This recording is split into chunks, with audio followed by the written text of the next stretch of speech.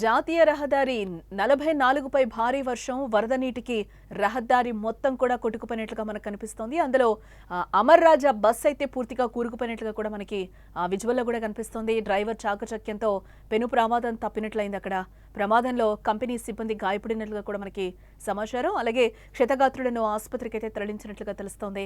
జాతీయ రహదారిపై ట్రాఫిక్ మొత్తం కూడా నిలిచిపోయినట్లుగా మనకి సమాచారం అందుతోంది. ఇటు మహబూబ్ నగర్ సమీపంలోని దివిటిపల్లి వద్ద 44వ జాతీయ రహదారిపై ప్రస్తుతం గందరగోళ పరిస్థితి అయితే నెలకొందని చెప్పుకోవచ్చు. ఈ ఉదయం నుండి కూడా కురుస్తున్న భారీ వర్షాలకు హైవే మధ్యలో ఉన్న రోడ్డు ఒక్కసారిగా కూడా కుంగిపోయింది. అదే సమయంలో అటుగా వెళ్తున్న అమర్ రాజా కంపెనీకి చెందిన మినీ బస్సు అందులో ఒక్కసారిగా దిగబడిపోయింది. ఆ విజువల్ కూడా మనం క్లియర్గా స్క్రీన్ మీద చూడొచ్చు. ఆ బస్సు కూడా ఏ విధంగా దిగబడిపోయింది, అలాగే ఆ రోడ్డు కూడా ఉన్నట్టుండి ఏ విధంగా కుంగిపోయింది, కట్ అయిపోయింది అనేది కూడా మనకి క్లియర్గా అక్కడ కనిపిస్తుంది. ఈ ప్రమాదంలో బస్సులో ప్రయాణిస్తున్న కంపెనీ సిబ్బందికి స్వల్ప గాయాలన్నట్లుగా కూడా మనకి సమాచారం. మహబూబ్ నగర్ సమీపంలోని 44వ జాతీయ రహదారిపై ప్రస్తుతం ఒక గందరగోళమైన పరిస్థితి నెలకొందని చెప్పుకోవచ్చు. ఈ ఉదయం నుండి కురుస్తున్న భారీ వర్షాలకు హైవే మధ్యలో ఉన్న రోడ్డు ఒక్కసారిగా కూడా కూలిపోయింది. అదే సమయంలో అటుగా వెళ్తున్న అమర్ రాజా కంపెనీకి చెందిన మినీ బస్సు అందులో దిగబడిపోయింది. ఈ ప్రమాదంలో బస్సులో ప్రయాణిస్తున్న కంపెనీ సిబ్బందికి స్వల్ప గాయాలన్నట్లు కూడా మనకి తెలుస్తోంది. నిన్న రాత్రి నుంచి మహబూబ్ నగర్ జిల్లాలో భారీ వర్షాలు కురుస్తున్నాయి. ఈ క్రమంలో భూత్పూర్ జడ్చర్ల మధ్యన రోడ్డుపై ఉన్న మట్టి పూర్తిగా కొట్టుకుపోయింది. దీంతో రోడ్డులో భారీ లోతుతో గొయ్యి ఏర్పడింది. దీన్ని గమనించకుండా అటువైపుగా వచ్చిన అమర్ రాజా కంపెనీ బస్సు ఆ గోతులో ఇరుక్కుపోయినట్లుగా కూడా మనకి తెలుస్తోంది. ఈ బస్సు హైదరాబాద్ నుండి అమర్ రాజా కంపెనీలో పనిచేసే సిబ్బందిని మహబూబ్ నగర్ సమీపంలో ఉన్న ఫ్యాక్టరీకి తీసుకెళ్తూ ఉన్నట్లుగా మనకైతే సమాచారం.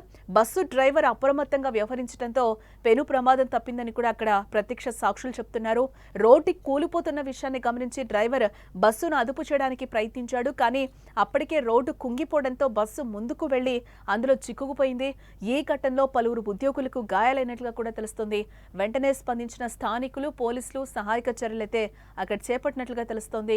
గాయపడిన వారిని చికిత్స నిమిత్తం సమీపంలోని ఆసుపత్రికి తరలించారు. క్షతగాత్రుల్లో కొందరికి తీవ్ర గాయాలవ్వగా మరికొందరికి స్వల్ప గాయాలైనట్లుగా కూడా తెలుస్తోంది. వీరిలో ఎవరికీ ప్రాణాపాయం లేదని కూడా వైద్యులు చెప్తున్నారు. ఈ ఘటనతో జాతీయ రహదారిపై ట్రాఫిక్ కి తీవ్ర అంతరాయం ఏర్పడింది. వాహనాలు ఒకదాని తర్వాత ఒకటి కూడా నిలిచిపోయిన సిచ్యువేషన్. అక్కడ కిలోమీటర్ల మేర కూడా ట్రాఫిక్ జామ్ ఏర్పడింది. పోలీసు బృందాలు ట్రాఫిక్ ను నియంత్రించే ప్రయత్నం అయితే చేస్తున్నాయి. హైవేపై ట్రాఫిక్ ను మళ్లించడానికి ప్రత్యామ్నాయ మార్గాలను కూడా అన్వేషించారు.